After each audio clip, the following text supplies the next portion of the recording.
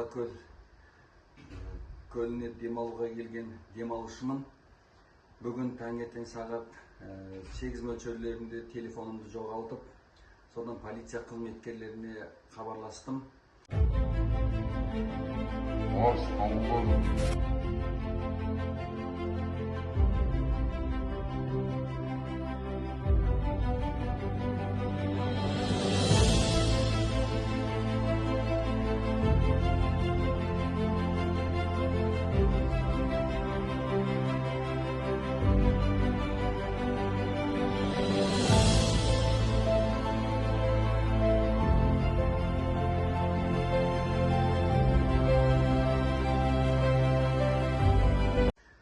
Полиция қызметкерлері жаңадан құрылған осы IP камералар арқылы тауып алған жігітті тауып, телефонымды міне қайтарып берді.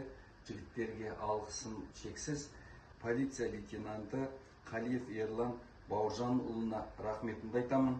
Және полиция капитаны Бейсқанов Дастан Шәріпханұлына да рахметімді айтамын.